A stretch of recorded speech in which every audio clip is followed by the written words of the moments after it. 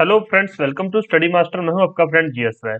Friends, आज हम next part करेंगे। कल हमने जो है ऐतिहासिक स्रोत देखे थे, पुरातात्विक साक्ष्य हमने देख लिए थे। आज हम उसका नेक्स्ट पार्ट देखेंगे, साहित्यिक साक्ष्य और विदेशियों के वृत्तांत, जो विदेशियों ने राइटिंग की थी, जो बुक्स लिखी थी, उनके बारे में आज हम डिटेल में स्टडी करेंगे। तो आई होप आपने लास्ट जो मैंने पढ़ाया था उसको आपने अच्छे से पढ़ लिया होगा और चीजों को याद भी कर लिया होगा, और साथ साथ आप रिवीजन भी कर रहे होंगे, तो बहुत अच्छी बात है। नहीं कर रहे तो आप उसको रिवीजन करना शुरू कर दो, ताकि आपको बहुत ज्यादा बेनिफिट मिले और आपको जो चीजें याद रहें और आपका एग्जाम सबसे पहले क्लियर हो जाए। चलिए, आज का जो है वो है हमारा साहित्यिक साक्ष्य है। साहित्यिक मतलब रिटर्न में। तो साहित्यिक साक्ष्य दो प्रकार के होते हैं। साहित्यिक साक्ष्य दो प्रकार के होते हैं, धार्मिक एवं धर्मनिरपेक्ष। और मेंस में पूछा जा सकता है क्वेश्चन कि साहित्यिक साक्ष्य से आप क्या समझते हैं, और इसके बारे में विवेचना कीजिए, टिप्पणी कीजिए। तो फिर आपको पता होना चाहिए साहित्यिक साक्ष्य क्या चीजें हैं, ये कितने प्रकार के होते हैं, इसके अंदर आगे क्या क्या चीजें। तो ये डिटेल में पढ़ लीजिए, ध्यान से सुन लीजिए। प्री का क्वेश्चन भी इसमें से बन सकता है और मेंस का क्वेश्चन भी इसमें से फॉर्म हो सकता है। बाकी मेंस में आपको चिंता करने की जरूरत नहीं है। मेंस के बारे में आपको डिटेल में लेक्चर दिए जाएंगे, किस तरह से क्वेश्चन का आपको आंसर लिखना है, किस तरह के क्वेश्चन फॉर्म किए जाते हैं, सारी चीजें डिटेल में हम करेंगे। चलिए, दो तरह के होते हैं साहित्यिक साक्ष्य, एक होते हैं धार्मिक, दूसरे होते हैं धर्मनिरपेक्ष। धार्मिक नाम से पता चल रहा है, जिसके बारे में धर्म ग्रंथ होंगे, धर्मों के बारे में लिखा होगा। और दूसरे हैं धर्मनिरपेक्ष, जिनमें धर्म के अलावा बाकी बातें होंगी। धर्म के अलावा समाज, उसके अलावा अर्थव्यवस्था या फिर राज व्यवस्था, तो इन चीजों के बारे में बात होगी, तो उनको बोलते हैं धर्मनिरपेक्ष, धर्मनिरपेक्ष साक्ष्य। चलिए देखते हैं धार्मिक साहित्य के अंदर कौन कौन से साक्ष्य आते हैं। उसके अंतर्गत वेद, वेदांग, उपनिषद, ब्राह्मण, आरण्यक, पुराण, रामायण, महाभारत, स्मृति ग्रंथ तथा बौद्ध एवं जैन साहित्य आदि को सम्मिलित किया जाता है। तो क्वेश्चन पूछा जाएगा, साहित्यिक साक्ष्य में से कौन कौन से साक्ष्य धार्मिक साक्ष्य नहीं है। तो इन सबको छोड़ के बाकी जो है सारे धर्मनिरपेक्ष हैं, ये धार्मिक हैं। वेद, वेदांग, उपनिषद, ब्राह्मण, आरण्यक, पुराण, रामायण, महाभारत, स्मृति ग्रंथ, बौद्ध एवं जैन साहित्य। आगे हम डिटेल में पढ़ेंगे कि बौद्ध के अंदर कौन कौन से साहित्य हैं, जैन साहित्य कौन कौन से हैं, तो वो आगे हम देखेंगे। चलिए, ये तो थे हमारे धार्मिक साहित्य। जबकि व्यक्तिगत या राजा के संरक्षण में लिखी गई पुस्तकें, जैसे अर्थशास्त्र, राजतरंगिणी जो कलहर ने लिखी थी, अष्टध्यायी पाणिनि ने लिखी थी, आदि को धर्मनिरपेक्ष साहित्य साक्ष्यों में रखा गया है। तो ये अष्टध्यायी के बारे में हमने लास्ट लेक्चर में डिस्कस किया था। और ये जो है राज अर्थशास्त्र कौटिल्य ने लिखी थी और राजतरंगिणी कलहर ने लिखी थी। ये मैं आपको डिटेल में आगे समझाऊंगा। और दूसरा हमने यहाँ पर देखा था वेद। वेदों की संख्या कितनी है? वेदों की संख्या 4 है। 4 वेद हैं। कौन कौन से हैं? ऋग्वेद, यजुर्वेद, सामवेद, अथर्ववेद। 4 वेद हैं, याद रखिए, नाम भी याद कर लीजिए। पहला है ऋग्वेद, दूसरा है यजुर्वेद, तीसरा है सामवेद और चौथा है अथर्ववेद। आगे हम डिटेल में पढ़ेंगे कि ऋग्वेद किससे रिलेटेड है, यजुर्वेद किससे रिलेटेड है, सामवेद किससे रिलेटेड है।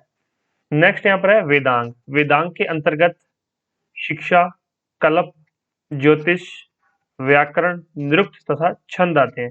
वेदांग के अंतर्गत 6 चीजें हैं। क्वेश्चन पूछा गया एग्जाम में, निम्नलिखित में से कौन सा वेदांग के अंतर्गत आता है। तो वहां पर शिक्षा लिखा होगा, कल्प लिखा होगा, ज्योतिष लिखा होगा, व्याकरण, निरुक्त और ऋग्वेद। तो आपको पता है ऋग्वेद अलग है, वेदांग के अंतर्गत सिर्फ 6 चीजें आती हैं। और एक चीज आपके लिए इंफॉर्मेशन है, आप यहाँ से लेक्चर देखिए, लेक्चर देखने के बाद हिस्ट्री के क्वेश्चन करवाए जा रहे हैं, वो जरूर कीजिए। लेक्चर को देखो, वो क्वेश्चन जरूर करो। क्वेश्चन भी वीडियो के फॉर्म में आपको करवाए जाएंगे, उसमें से आपको डेली के डेली 50 क्वेश्चन मिलेंगे, ताकि आपकी प्रैक्टिस भी साथ साथ होती रहे कि क्वेश्चन किस तरह से फॉर्म किए जाते हैं। वैसे तो वीडियो के दौरान आपको बता दिया जाता है कि क्वेश्चन किस तरह से बनेगा, लेकिन फिर भी आपको क्वेश्चन बना हुआ देखना है, तो क्वेश्चन की प्रैक्टिस जरूर कीजिए। वो भी आपको लिंक्स मिल जाएंगे वीडियोस के, तो आप वो भी प्रैक्टिस जरूर किया कीजिए। यजुर्वेद कर्मकांड प्रधान है, तो यहाँ पर मैंने आपको बताया, आगे हम डिटेल में पढ़ेंगे। तो यजुर्वेद के अंदर क्या है? कर्मकांड के बारे में बताया गया है। कर्मकांड क्या चीज है हम आगे डिस्कस करेंगे। सामवेद में संगीत का प्रथम साक्ष्य मिला है, जो हमारा सामवेद है 4 वेदों में से, उसमें संगीत किससे रिलेटेड है, तो संगीत सामवेद से रिलेटेड है। नेक्स्ट है देखिए, श्रौत सूत्र में यज्ञ संबंधी, गृह सूत्र में लौकिक एवं पारलौकिक कर्तव्यों, धर्म सूत्र में धार्मिक, सामाजिक एवं राजनीतिक कर्तव्यों का उल्लेख मिलता है। तो ये एक स्रोत सूत्र है और एक है गृह सूत्र। इनमें स्रोत सूत्र में यज्ञ संबंधी, गृह सूत्र में लौकिक और पारलौकिक कर्तव्यों और धर्म सूत्र में धार्मिक, सामाजिक एवं राजनीतिक कर्तव्यों का उल्लेख किया गया है। इसमें से क्वेश्चन बन सकता है, एक साइड लिखा हुआ स्रोत सूत्र, गृह सूत्र और धर्म सूत्र, सामने उसके यज्ञ संबंधी, लौकिक एवं पारलौकिक कर्तव्य है और धार्मिक, सामाजिक एवं राजनीतिक कर्तव्य है। तो धार्मिक, सामाजिक और राजनीतिक कर्तव्य किसके अंतर आते हैं, ये धर्म सूत्र के अंतर्गत आते हैं। गृह सूत्र में लौकिक और पारलौकिक कर्तव्यों के बारे में बताया गया है और सूत्र में यज्ञ संबंधी चीजें दी गई हैं। तो इसको आप याद रखिए, बिल्कुल डिटेल में है। और मैंने बताया था आपको 4 वेद हैं। वेदों में आगे देखिए कौन सा वेद किस तरह से है। तो सबसे पहला है ऋग्वेद, यह रचनाओं का संग्रह है। ऋग्वेद के अंदर सभी रचनाएं किसमें की गई हैं, ऋग्वेद में। तो सब इनका जो हेड ग्रंथ है वो कौन सा है, वो ऋग्वेद है। ऋग्वेद सबसे पुराना ग्रंथ है, इसके अंदर जो है सारी रचनाएं की गई हैं, तो ये रचनाओं का संग्रह है। दूसरा है सामवेद, यह गीत रूप मंत्रों का संग्रह है और इसके अधिकांश गीत ऋग्वेद से लिए गए हैं। तो मैंने पहले ही बताया आपको कि सारी रचनाएं ऋग्वेद से ली गई हैं, बस आगे पाठ किए गए ऋग्वेद के। सामवेद के अंदर क्या है, जितने भी यहाँ पर मंत्र दिए गए हैं उनको उच्चारण करने का संगीत के रूप में, उनको उच्चारण करने का तरीका किसमें बताया गया है, सामवेद में। तो सामवेद संगीत से रिलेटेड है। ऋग्वेद में सारी रचनाएं अवेलेबल हैं। यजुर्वेद में कर्मकांड बताए गए थे, तो इसमें यज्ञ अनुष्ठान के लिए विनियोग वाक्यों का समावेश है। किस तरह से मंत्रों का उच्चारण करना है, तंत्र मंत्र कौन कौन से जो है यज्ञ के अंदर, और यज्ञ अनुष्ठान कैसे करना है, यज्ञ को करने की प्रक्रिया, ये सारी चीजें यजुर्वेद में बताई गई हैं, ध्यान रखना। और लास्ट है अथर्ववेद, जो हमारा चौथा वेद है। इसमें तंत्र मंत्रों का संग्रह है। तो इसमें जो है टोना टोटका, जादू टोना, वो अथर्ववेद के अंदर दिया गया सारी चीजें, लेकिन इसमें यज्ञ और अनुष्ठान, तो एक यज्ञ होता है, एक टोना टोटका होता है, दो अलग अलग चीजें हैं। तो अथर्ववेद टोने टोटके से रिलेटेड है, यजुर्वेद में यज्ञ करने के तरीके, विधि और मंत्रों का उच्चारण का बताया गया है। सामवेद में संगीत से रिलेटेड मंत्र बताए गए हैं, किस तरह से हम मंत्रों को संगीत की फॉर्म में उच्चारण कर सकते हैं। तो 4 वेद हैं, कौन कौन से, पहला है ऋग्वेद जिसमें सभी रचनाएं की गई हैं। दूसरा है सामवेद जो संगीत से रिलेटेड है। तीसरा है यजुर्वेद जो कर्मकांड या फिर यज्ञ करने का तरीका और मंत्र उच्चारण से रिलेटेड है।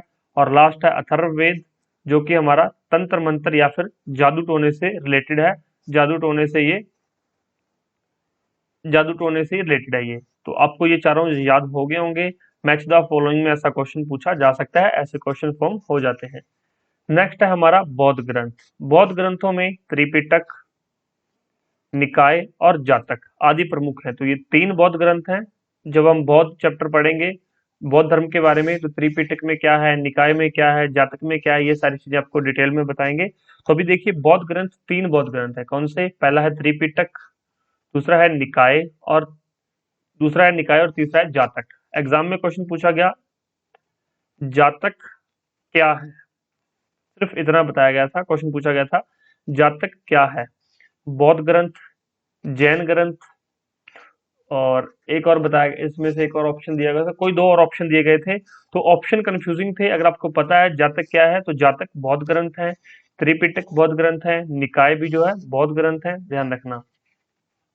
बौद्ध ग्रंथ दीपवंश, महावंश से मौर्यकालीन प्राप्त जानकारी मिलती है। तो 2 बौद्ध ग्रंथ हैं, एक है दीपवंश और एक है महावंश। तो मौर्यकालीन जो शासन की जो जानकारी है, प्राप्त जानकारी हमें इन 2 ग्रंथों से मिलती है। और नेक्स्ट है नागसेन रचित मिलिंद पन्नों। तो मिलिंद पन्नों की रचना किसने की थी, क्वेश्चन पूछा जाता है, बिल्कुल डायरेक्ट क्वेश्चन पूछा जाता है। मिलिंद पन्नों की रचना किसने की थी? नागसेन ने। तो ये रचनाएं बहुत महत्वपूर्ण है। रचनाओं के बारे में एक आपको अलग से वीडियो मिलेगी जिसमें सभी बुक्स और उनके राइटर के नाम होंगे, आपको रचनाएं बताई जाएंगी। लेकिन फिर भी जो बीच बीच में आपको एक एक रचना करवाई जा रही है ये इंपॉर्टेंट है। इंपॉर्टेंट किस लिए है? ताकि आप एक एक आसानी से याद कर पाएंगे। लेकिन अगर हम एक ही वीडियो में आपको 30-40 बुक्स के नाम करवा दूं और उनके राइटर के नाम याद करवा दूं तो फिर वो याद नहीं रह पाएंगे। तो इसलिए आप एक एक याद किया कीजिए। जैसे नागसेन ने कौन सी किताब लिखी? मिलिंद पन्नों से हिंद यवन शासक मिनांडर के विषय में सूचना मिलती है। क्वेश्चन पूछा जाता है मिनांडर के विषय में सबसे पहले सूचना कहाँ से मिलती है? तो मिलिंद पन्नों से। मिलिंद पन्नों किसने लिखी थी? नागसेन ने। मिनांडर कौन था? ये हिंद यवन का शासक था।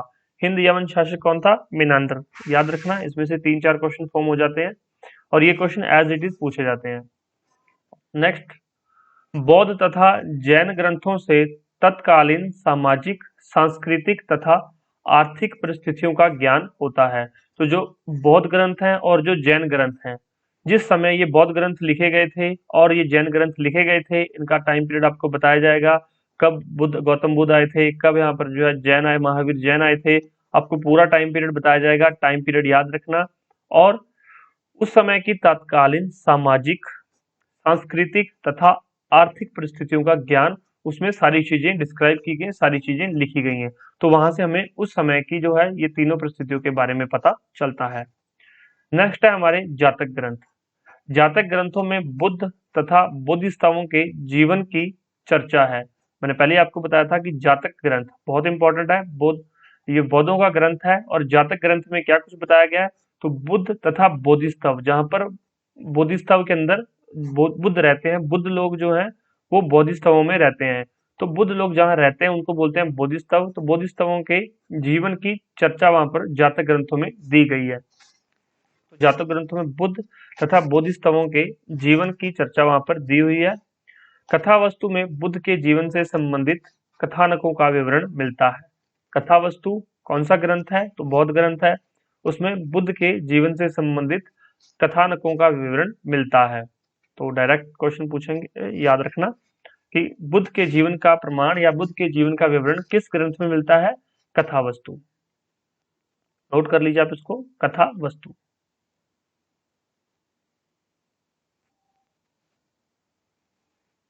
नेक्स्ट देखिए, जैन साहित्य आगम कहलाते हैं। तो जैसे मैंने आपको पूछा था जातक क्या है, उसी तरह से क्वेश्चन पूछा जाता है आगम क्या है। आगम किसे कहते हैं या आगम से आप क्या समझते हैं? तो आगम जैन साहित्य है। जैन साहित्य आगम कहलाते हैं। जैन आगमों में सबसे महत्वपूर्ण अंग है। अंगों की संख्या 12 है। तो जो हमारे जैन साहित्य हैं उनको आगम कहते हैं। और जैन साहित्य के आगे जो जैन के अंदर आगम है उसके सबसे महत्वपूर्ण पार्ट क्या है? महत्वपूर्ण पार्ट उसका क्या है? अंग। एक होता है अंग पाठ, लेकिन इसका नाम ही अंग है और अंगों की संख्या कितनी है? 12। जैन आगमों का वर्तमान स्वरूप को 512 ईस्वी में वल्लभी में आयोजित जैन संगति में प्रदान किया गया था। तो आपको 2 जैन संगतियां हुई थी, वो आगे हम डिटेल में पढ़ेंगे, तो यहाँ कंफ्यूज होने की जरूरत नहीं है।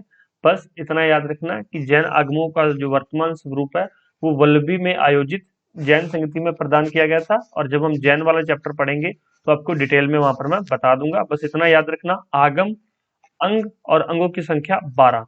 आगम जैन साहित्य है, जातक बौद्ध ग्रंथ है और आगमों की जो है मेन पार्ट कौन सा है? अंग। अंगों की संख्या कितनी है? 12। तो आई होप आपको थोड़ी थोड़ी चीजें क्लियर होने लग गई होंगी और चीजें जब आप बार बार रिवीजन करेंगे तो ही क्लियर होंगी चीजें। तो मैं आपसे यही गुजारिश करूंगा कि आप लोग चीजों को रिवाइज करते रहें। रिवीजन करने से आपका बहुत ज्यादा फायदा होगा। जैन ग्रंथों में परिशिष्ट वर्तन और भद्रबाहुचरित, आचारांग सूत्र, भागवती सूत्र, कल्प सूत्र आदि से अनेक ऐतिहासिक सामग्रियां मिलती हैं। तो जैन ग्रंथ याद रखिए, परिशिष्ट वर्तन, भद्रबाहुचरित, आचारांग सूत्र, भगवती सूत्र, ये जैन ग्रंथों के नाम है। और इसमें से मोस्ट इंपॉर्टेंट है जो है भद्रबाहुचरित और कल्प सूत्र। ये दोनों से क्वेश्चन बहुत बार बने हैं, भद्रबाहुचरित और कल्प सूत्र। कल्प सूत्र क्या है? ये एक जैन ग्रंथ है। भद्रबाहु चरित, ये भी जैन ग्रंथ है। तो जैन ग्रंथ कुल 5 जैन ग्रंथ है, तो इनके नाम आप याद रख सकते हैं, नहीं तो ये 2 तो जरूर याद रखने हैं, भद्रबाहु चरित और कल्पसूत्र। जैन ग्रंथ भगवती सूत्र में महावीर स्वामी के जीवन तथा 16 महाजनपदों का वर्णन मिलता है। जो है जैन ग्रंथ कौन सा है? भगवती सूत्र। यहाँ पर मैंने बताया था अभी आपको भगवती सूत्र। भगवती सूत्र में महावीर स्वामी के जीवन तथा 16 जनपदों का वर्णन मिलता है। जिस तरह से ऊपर बुद्ध के जीवन का वर्णन मिलता है, उसी तरह से भगवती सूत्र में महावीर स्वामी के जीवन तथा उस समय 16 महाजनपद थे। आपको लास्ट लेक्चर में बताया था कि टोटल 16 महाजनपद थे। कौन कौन से थे आगे हम डिस्कस करेंगे। 16 महाजनपद थे, तो उसकी जानकारी हमें कहाँ से मिलती है? तो उसकी जानकारी हमें भगवती सूत्र से मिलती है। भगवती सूत्र एक जैन ग्रंथ है। और महावीर स्वामी के जीवन के बारे में कहाँ से पता चलता है? तो जैन ग्रंथ से पता चलता है। याद रखना है यहाँ पर, महावीर स्वामी के जीवन के बारे में जैन ग्रंथ से पता चलता है, और कथा वस्तु में बुद्ध के जीवन से संबंधित कथनों का विवरण मिलता है। कथा वस्तु और भगवती सूत्र 2 याद रखने हैं, काफी इंपॉर्टेंट है। शुंग काल में पतंजलि ने पाणिनि की अष्टाध्यायी पर महाभाष्य लिखा था। तो महाभाष्य किसने लिखा? महाभाष्य पतंजलि ने लिखा, जिससे मौर्यकालीन व्यवस्था की जानकारी मिलती है। ये हम जब मौर्य काल का चैप्टर करेंगे उसमें बात करेंगे कि मौर्यकालीन व्यवस्था किस तरह से थी। पतंजलि पुष्यमित्र शुंग के पुरोहित थे। पुरोहित का मतलब होता है विद्वान या फिर पुरोहित, ब्राह्मण को भी पुरोहित कह लेते हैं, तो ये याद रखना पुरोहित। तो जो पतंजलि थे वो पुष्यमित्र शुंग के पुरोहित से। और पतंजलि ने क्या लिखा था? तो पतंजलि ने महाभाष्य लिखा है। क्वेश्चन पूछा जाता है महाभाष्य किसकी रचना है? पतंजलि की। और महाभाष्य में किसके बारे में जानकारी है? तो पाणिनि की अष्टाध्यायी के बारे में। अष्टाध्यायी हमने पहले ही ऊपर डिस्कस बहुत बार कर चुके हैं, अब तक तो आपको अष्टाध्यायी याद हो चुका होगा कि ये पहला ग्रंथ है, पहला व्याकरण ग्रंथ है। ये संस्कृत व्याकरण का जिक्र इसमें किया गया है। अष्टाध्यायी संस्कृत व्याकरण का पहला ग्रंथ है। लीजिए यहाँ पे आपको मिल गया कि अष्टाध्यायी, अगर आपको नहीं याद हुआ अभी तक कि अष्टाध्यायी क्या चीज है, तो अष्टाध्यायी संस्कृत व्याकरण का पहला ग्रंथ है। मोस्ट इंपॉर्टेंट क्वेश्चन है ये, तो इसको वीवीआई कर लीजिए। इसकी रचना पाणिनि ने की थी, और इसमें पूर्व मौर्यकाल की सामाजिक दशा का चित्रण मिलता है। तो मौर्यकाल चैप्टर में हम पढ़ेंगे कि सामाजिक दशा क्या थी उस समय, आर्थिक व्यवस्था क्या थी, राजनीतिक व्यवस्था क्या थी, तो सारी चीजें डिस्कस वहां पर हम करेंगे। नेक्स्ट बुक जो हमने देखा था कौटिल्य की अर्थशास्त्र। अर्थशास्त्र किसने लिखी थी? कौटिल्य ने। कौटिल्य को चाणक्य भी कहा जाता है और विष्णुगुप्त। विष्णुगुप्त किसका नाम है? कौटिल्य का। चाणक्य किसका नाम है? कौटिल्य का। अर्थशास्त्र किसने लिखी? तो अर्थशास्त्र कौटिल्य ने लिखी, जिसके 2 और नाम है, चाणक्य और विष्णुगुप्त। सिंपल सा ये फैक्ट है, याद रखिए। अर्थशास्त्र में मौर्यकालीन राज्यव्यवस्था का स्पष्ट चित्रण मिलता है। तो ये जो कुछ महत्वपूर्ण ग्रंथ है ये मौर्यकालीन समय में लिखे गए। तो जब मौर्यकालीन समय में लिखे गए तो उस समय राज्यव्यवस्था, उस समय की इकोनॉमी, राजनीतिक व्यवस्था, तो वो सारी चीजों के बारे में वहां पर डिस्कस किया गया है। तो राजकीय व्यवस्था पर लिखी गई पहली पुस्तक का क्या नाम है? अर्थशास्त्र। पूछा जाएगा क्वेश्चन, राजकीय व्यवस्था पर, नाम इसका अर्थशास्त्र है लेकिन ये रिलेटेड किससे है? ये पॉलिटी से रिलेटेड है। राजकीय व्यवस्था या फिर राज व्यवस्था, आप कुछ भी बोल सकते हैं इसको। राजकीय व्यवस्था या राज व्यवस्था पर पहली पुस्तक कौन सी थी? अर्थशास्त्र। किसने लिखी थी? कौटिल्य ने, जिसका दूसरा नाम चाणक्य या फिर विष्णुगुप्त है। नेक्स्ट देखिए, संस्कृत भाषा में ऐतिहासिक घटनाओं को क्रमबद्ध लेखन कल्हण ने किया था। कल्हण की राजतरंगिणी में कश्मीर के इतिहास का वर्णन है। तो ऊपर जहां राजतरंगिणी के बारे में जिक्र हुआ था तो मैंने उसके साथ में एक वर्ड बोला था कि राजतरंगिणी कल्हण की रचना है। राजतरंगिणी किसकी रचना है? राजतरंगिणी पुस्तक किसने लिखी थी? कल्हण ने। उसमें कुछ ऐतिहासिक घटनाओं के बारे में बता रखा है और उनको एक क्रम में लिखा हुआ है कि सबसे पहले कौन सी घटना हुई, उसके बाद कौन सी घटना हुई और उसके बाद कौन सी घटना हुई। तो अगर आपसे कोई क्वेश्चन पूछ ले कि ऐतिहासिक घटनाओं का क्रमबद्ध लेखन किस पुस्तक में किया गया, तो वो राजतरंगिणी में किया गया, जिसकी रचना कल्हण ने की थी। या फिर नेक्स्ट क्वेश्चन पूछा जाता है, कश्मीर के इतिहास का वर्णन सबसे पहले कहाँ किया गया था? तो राजतरंगिणी में। कश्मीर के इतिहास का वर्णन राजतरंगिणी के अंदर किया गया है। तो ये थे हमारे यहाँ पर कुछ साहित्यिक साक्ष्य। और अब देखिए यहाँ पर कुछ ऐतिहासिक ग्रंथ और उनके रचनाकार है। यहाँ पर काफी ये बड़ी टेबल है, तो ये इसमें सारे आपको याद नहीं करने हैं। ये ग्रंथ का नाम है रामचरित, रचनाकार का नाम है हेमचंद्र। रामचरित किसने लिखा था? तो ये लिखा था हेमचंद्र ने। आपको मैं ये नहीं कह रहा कि आप ये सारे छोड़ के चले जाओ, आपको अगर पढ़ने हैं तो आप पढ़ सकते हो अपनी नॉलेज के लिए, लेकिन जो इंपॉर्टेंट है मैं सिर्फ वही यहाँ पर करवाऊंगा आपको, ताकि आपको याद करने में आसानी रहे और आपको कम चीजें याद करनी पड़े। ये चीजें जो इंपॉर्टेंट नहीं है वो आप छोड़ भी सकते हो। नेक्स्ट है कुमार पाल चरित। ये किसकी रचना है? तो ये जय सिंह ने लिखी थी। कुमार पाल चरित, पहले है रामचरित हेमचंद्र, दूसरी है कुमार पाल चरित जय सिंह। नेक्स्ट देखिए यहाँ पर अर्थशास्त्र, हम ऊपर ही पढ़ चुके हैं। अर्थशास्त्र कौटिल्य की रचना है, जिसका दूसरा नाम क्या है? विष्णुगुप्त। और नेक्स्ट यहाँ पे देखिए हर्षचरित। हर्षचरित किसकी रचना है? तो ये बाणभट्ट की। हर्षचरित किसकी रचना है? बाणभट्ट की। तो आप इनको नोट डाउन कर सकते हैं। पीडीएफ भी आपको जो है पीडीएफ फोल्डर में, या फिर जो पीडीएफ का वहाँ पर लिंक दिया गया वहाँ पर आपको पीडीएफ में मिल जाएंगी। तो ये सारी पीडीएफ पेड पीडीएफ के अंदर आपको मिलेंगी, देख लेना, वहाँ पर आपको पेड पीडीएफ सेक्शन में जाकर डाउनलोड कर सकते हो। नेक्स्ट देखिए, नेक्स्ट है विदेशियों के वृत्तांत। विदेशियों के लेखन, जो उन्होंने महत्वपूर्ण पुस्तकें लिखी थी या फिर जो उन्होंने डिटेल्स दी थी। विदेशियों के यात्रा वृत्तांतों को 3 वर्गों में रखा गया है। कैसे कैसे? पहला है यूनान रोम के लेखक, दूसरा है चीन के लेखक और तीसरा है अरब के लेखक।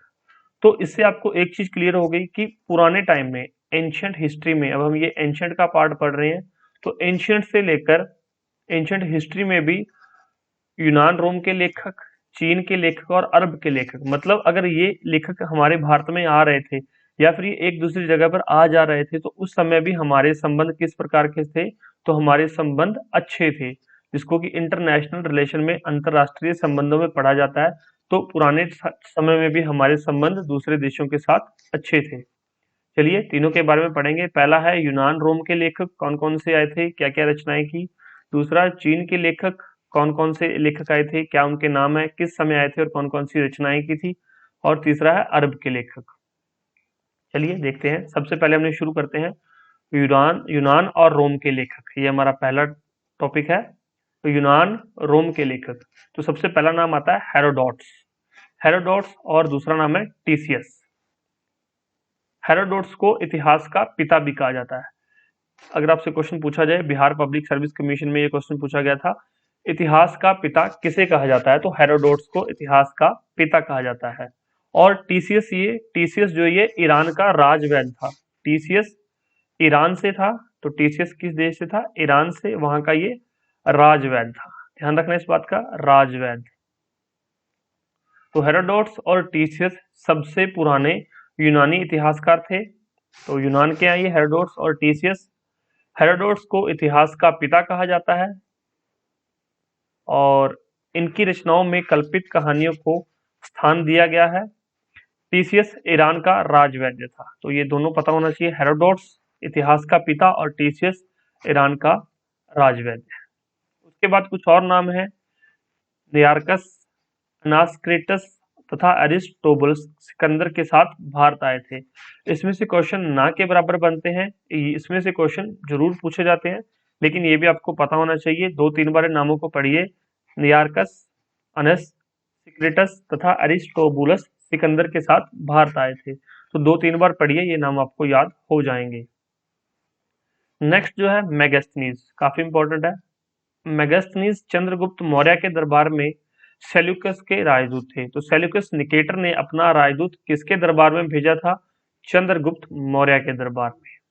ठीक है, याद रखना, सेल्यूकस निकेटर ने अपना जो है राजदूत किसके दरबार में भेजा था? तो चंद्रगुप्त मौर्य के दरबार में। क्या नाम था उस राजदूत का? मेगास्थनीज। तो मेगास्थनीज किसके दरबार में आए थे?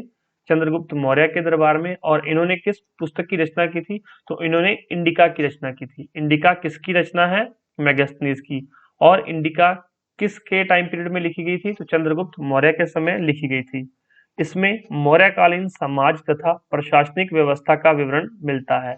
तो आपसे ये नहीं पूछा जाएगा कि मौर्यकालीन समाज तथा प्रशासनिक व्यवस्था का विवरण किस में से मिलता है, क्योंकि बहुत सारी पुस्तकें हैं, लेकिन किस पुस्तक को किस राइटर ने लिखा था, जैसे मेगास्थनीज ने इंडिका को लिखा था, राजतरंगिणी को कल्हण ने लिखा था। तो ये सारी चीजें आपको याद रहनी चाहिए। नेक्स्ट है Periplus of the Erythraean Sea. Periplus of the Erythraean Sea एक अज्ञात यूनानी लेखक की रचना है जो मिस्र में आकर बस गया था। तो ये एक अज्ञात यूनानी था जो मिस्र देश से था। तो कई बार ये पूछ लिया जा सकता है। पेरिप्लस ऑफ द एरिथ्रियन सी किसकी रचना है? तो ये एक मिस्र का राइटर था। उसने 80 ईस्वी में भारतीय समुद्र तट की यात्रा की थी। उसके विवरण में बंदरगाहों के उल्लेख के साथ साथ आयात निर्यात की वस्तुओं का वर्णन मिलता है कि आयात निर्यात की कौन कौन सी वस्तुएं थी। तो ये यहाँ पर कुछ दिया गया है ये टॉपिक, तो ये इतना इंपॉर्टेंट नहीं है। नेक्स्ट है टॉलेमी। मोस्ट इंपॉर्टेंट नाम है टालेमी। तो टालेमी ने ज्योग्राफिका की रचना की थी 140 ईस्वी पूर्व, तो जिसमें भारत के भौगोलिक परिदृश्य का विवरण मिलता है। भारत के भौगोलिक परिदृश्य का विवरण किसमें मिलता है? तो ज्योग्राफिका में। ज्योग्राफिका पुस्तक याद रखना, ज्योग्राफिका में मिलता है भारत के भौगोलिक परिदृश्य का विवरण। और ये किसकी रचना है? तो ये टालेमी की रचना है। हेरोडोट्स, टालेमी दो महत्वपूर्ण नाम है। तीसरा है प्लिनी। प्लिनी ने नेचुरल हिस्ट्री की रचना की थी। ये यूपी पीसीएस में क्वेश्चन पूछा गया कि नेचुरल हिस्ट्री की रचना किसने की थी? प्लिनी ने। इसमें भारत के विविध पक्षों का उपयोगी विवरण है। इसकी रचना पहली सदी में हुई थी। तो नेचुरल हिस्ट्री याद रखना किसकी रचना है? प्लिनी। ज्योग्राफिका टालेमी की। और इतिहास का पिता किसे कहते हैं? हेरोडोट्स को। नेक्स्ट यहाँ पर देखिए, स्ट्रेबो एक प्रसिद्ध यूनानी रचनाकार था। स्ट्रेबो, जिसने मेगास्थनीज के विवरण को काल्पनिक माना और ज्योग्राफिका नामक पुस्तक लिखी थी। तो इन्होंने भी नामक कौन सी पुस्तक लिखी थी? ज्योग्राफिका। तो ये दो पुस्तक लिखी गई, ज्योग्राफिका और इन्होंने भी ज्योग्राफिका लिखी थी। तो टालेमी ऑप्शन में आएगा तो टालेमी लगा दीजिए, अगर स्ट्रेबो आएगा तो स्ट्रेबो लगा दीजिए। और अगर दोनों आ जाएं तो फिर वहां पर क्वेश्चन में लिखा होगा उपरोक्त दोनों, लेकिन ऐसा वहां पर किया नहीं जाएगा, एक ही ऑप्शन में दिया होगा, तो ध्यान रखना। या फिर ऐसा क्वेश्चन जो कंफ्यूजिंग हो वो फिर पूछा ही नहीं जाएगा। दूसरे आते हैं चीन के लेखक। अब आपका काम क्या है, आप जो यूनान और रोम के लेखक हैं इनको एक पेज पर नोट डाउन कर लीजिए और उनको बार बार रिवाइज कीजिए। दूसरे हैं चीन के लेखक। उसमें से सबसे पहला नाम है फाहियान। फाहियान जो है चंद्रगुप्त द्वितीय के शासनकाल में भारत आया था। फाहियान चंद्रगुप्त द्वितीय के समय भारत के अंदर आया था और 5वीं शताब्दी में आया था ये। उसने भारत में बौद्ध धर्म का स्थिति का विवरण दिया है। फाहियान की प्रसिद्ध रचना का नाम क्या है? फो क्यो की। नाम याद रखिए, फो क्यो की, ये उसकी पुस्तक है। तो आपको शायद नाम थोड़ा अजीब लग रहा होगा, लेकिन ये चाइना से था तो उनकी लैंग्वेज में ये नाम आम बात है। तो आगे भी नाम देखेंगे आप लोग, जो हेनसांग ने लिखी थी ये भी इसी तरह की पुस्तक है। तो ये तीनों पुस्तकें थोड़ी कंफ्यूजिंग रहेंगी, अभी मैं आपको बताऊंगा। तो फाहियान कब आया था? 5वीं शताब्दी में। किसके शासनकाल में? तो चंद्रगुप्त द्वितीय के शासनकाल में आया था फाहियान। चंद्रगुप्त द्वितीय, मैच द फॉलोइंग में क्वेश्चन पूछे जाते हैं। और फाहियान की रचना कौन सी है? फो क्यो की। दूसरे नंबर पे किसका नाम आता है? हेनसांग का। हेनसांग हर्षवर्धन के समय भारत में आए थे। 629 ईस्वी के लगभग भारत में आए थे और वो 16 वर्षों तक यहाँ पर रहे थे। उन्होंने यहाँ पर जो है राजनीति के साथ साथ भारतीय रीति रिवाज तथा शिक्षा पद्धति का भी वर्णन मिलता है। और उनका वृत्तांत क्या था? उनकी पुस्तक का नाम क्या था? सी यू की। अब देख लीजिए, सी यू की, तो इस नाम की पुस्तक है। ये है फो क्यों की और ये है सी यू की। सी यू की किसकी रचना है? तो ये हेनसांग की रचना है, जिसमें भारतीय रीति रिवाज तथा शिक्षा पद्धति का भी वर्णन मिलता है। नेक्स्ट आए थे इत सिंह। ये तीसरे हैं। इत सिंह 7वीं शताब्दी के अंत में भारत आए थे। उन्होंने विक्रमशिला तथा नालंदा विश्वविद्यालय में रहकर बौद्ध धर्म का अध्ययन किया था। तो आपको पता होगा, अगर नहीं पता तो बता देता हूँ। चाइना और भारत के अंदर जो एक बौद्ध धर्म है ये बहुत कॉमन है। तो अगर कोई पूछे कि चाइना और हमारे, कई बार ये क्वेश्चन पूछ लिया जाता है इंटरनेशनल रिलेशन से, अंतरराष्ट्रीय संबंधों से, तो चाइना और हमारे बीच में क्या हमें कुछ जोड़ के रख रहा है? तो वो है बौद्ध धर्म। वहां पर भी काफी प्रचलित है और नेपाल, भूटान, वहां पर भी बौद्ध धर्म काफी प्रचलित है, याद रखेंगे। इत सिंह ने बौद्ध शिक्षा संस्थाओं तथा भारतीयों के वेशभूषा, खान-पान आदि के विषय में भी लिखा है। लेकिन इत सिंह की पुस्तक का कोई ऐसा नाम नहीं है जो हमें याद रखना पड़े। तो याद रखना, 3 आए थे चाइना से, क्या नाम था उनका? पहला फाहियान, दूसरा हेनसांग और तीसरा इत सिंह। अब नेक्स्ट है अरब के लेखक। ये हमारा तीसरा पार्ट है, अरब के लेखक। सुलेमान, ये भी अरब से आए थे। अल मसूदी और अल बरूनी, ये 3 महत्वपूर्ण नाम है और इनमें से क्या क्या क्वेश्चन पूछे जाते हैं हम देख लेते हैं। सुलेमान 9वीं शताब्दी में भारत आया था। उसने पाल तथा परिहार शासकों के बारे में लिखा। तो पाल तथा परिहार शासकों के बारे में किसने लिखा था? तो सुलेमान ने। तो ये यहाँ पर जो है साउथ के अंदर आए थे, तो ये साउथ में ये सारे राजा हैं। हम इनके बारे में डिटेल में पढ़ेंगे। अल मसूदी 914 ईस्वी से लेके 943 ईस्वी तक भारत में रहा। उसने राष्ट्रकूट शासकों के बारे में साम्राज्यवादी विस्तार का विवरण किया कि किस तरह से राष्ट्रकूट शासक जो है अपने साम्राज्य का विस्तार कर रहे थे। तो सुलेमान, अल मसूदी और अल बरूनी। अल बरूनी का वास्तविक नाम एग्जाम में पूछा जाता है। ये एसएससी के अंदर, एसएससी सीजीएल में पूछा गया क्वेश्चन है ये। अल बरूनी का वास्तविक नाम अबू रिहान था। क्या नाम था? अबू रिहान। या फिर क्वेश्चन आ जाता है कि अबू रिहान किसका नाम था? तो अल बरूनी का।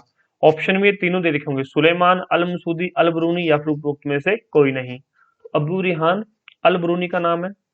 उसने तहकीक ए हिंद या फिर जिसका नाम है किताब उल हिंद की रचना की थी। वह महमूद गजनवी का समकालीन था। क्वेश्चन पूछा गया है अल बरूनी किसका समकालीन था? तो यह महमूद गजनवी का समकालीन था। और इसने किस पुस्तक की रचना की? तहकीक ए हिंद। तो अभी तक हमने कुछ 5 से 7 पुस्तकें देखी हैं। इन पुस्तकों को नाम याद, इन पुस्तकों के नाम लिख लीजिए, साथ में किस किस ने उसकी रचना की वो नोट डाउन कीजिए। मैं बहुत बार कहता हूँ कि सेल्फ नोट्स जरूर प्रिपेयर करो, ये आपको बहुत बेनिफिट देंगे। अपनी एक नोटबुक लगा लो, तो उसमें आप सेल्फ नोट्स प्रिपेयर करते रहा करो। और ऊपर मैंने कुछ ग्रंथ बताए थे और ग्रंथ के साथ साथ उनके रचनाकार के नाम भी बताए थे, तो वो आप याद कर लेना। और आपको इसके बारे में एक डिफरेंट लेक्चर जरूर मिलेगा जिसमें आपको ये सारी चीजें एक टेबल की फॉर्म में मिलेंगी। तो टेबल मैं खुद आपको प्रोवाइड करवाऊंगा, लेकिन आपकी जिम्मेवारी बनती है आप मेरी टेबल प्रोवाइड करवाने से पहले खुद चीजों को याद कर लें ताकि आपको बेनिफिट हो। तो किताब उल हिंद या तहकीक है हिंद किसकी रचना है? अल बरूनी की। अल बरूनी ने संस्कृत भाषा का अध्ययन किया था तथा भारतीय समाज का विस्तार विवरण अपनी रचना में किया। तो अल बरूनी ने संस्कृत भाषा का अध्ययन किया था और भारतीय समाज के बारे में विवरण दिया था। उसके बाद ये एक टेबल की फॉर्म में देख लीजिए, जो प्राचीन भारत में विदेशी यात्री आए थे, ये एक टेबल की फॉर्म में सारा कुछ दे रखा है। देखिए, सबसे पहले विदेशी यात्री मेगस्थनीज किसके समय में आया था? तो चंद्रगुप्त मौर्य के समय। संभावित तिथि है 305 ईस्वी पूर्व। पूछी नहीं जाती लेकिन पूछ भी सकता है एग्जामिनर का कुछ नहीं पता, क्योंकि आपको पता है डे बाय डे कंपटीशन बढ़ रहा है। तो क्वेश्चन टफ से टफेस्ट भी हो सकते हैं, कई बार क्वेश्चन इजी मोड में भी आ जाता है। तो हमारा यहाँ पर क्या मकसद रहता है कि हम मीडियम क्वेश्चन भी करें, इजी क्वेश्चन भी करें और टफ क्वेश्चन भी करें, तो तीनों कवर करें ताकि आपके जो है किसी तरह का क्वेश्चन है तो आप वहां पर टैकल कर पाए। मैगस्थनीज चंद्रगुप्त मौर्य के समय में भारत आए थे। दूसरा यहाँ पर फाहियान, ये चंद्रगुप्त द्वितीय के समय। ये कंफ्यूज नहीं होना है, मैगस्थनीज चंद्रगुप्त मौर्य और यहाँ पे भी मैं है तो यहाँ पर मैं देख लीजिए, और फाहियान चंद्रगुप्त द्वितीय। और ये कुछ और नाम है, हेलियोडोरस भागभद्र के समय में आए थे, ये कभी पूछा नहीं जाता है।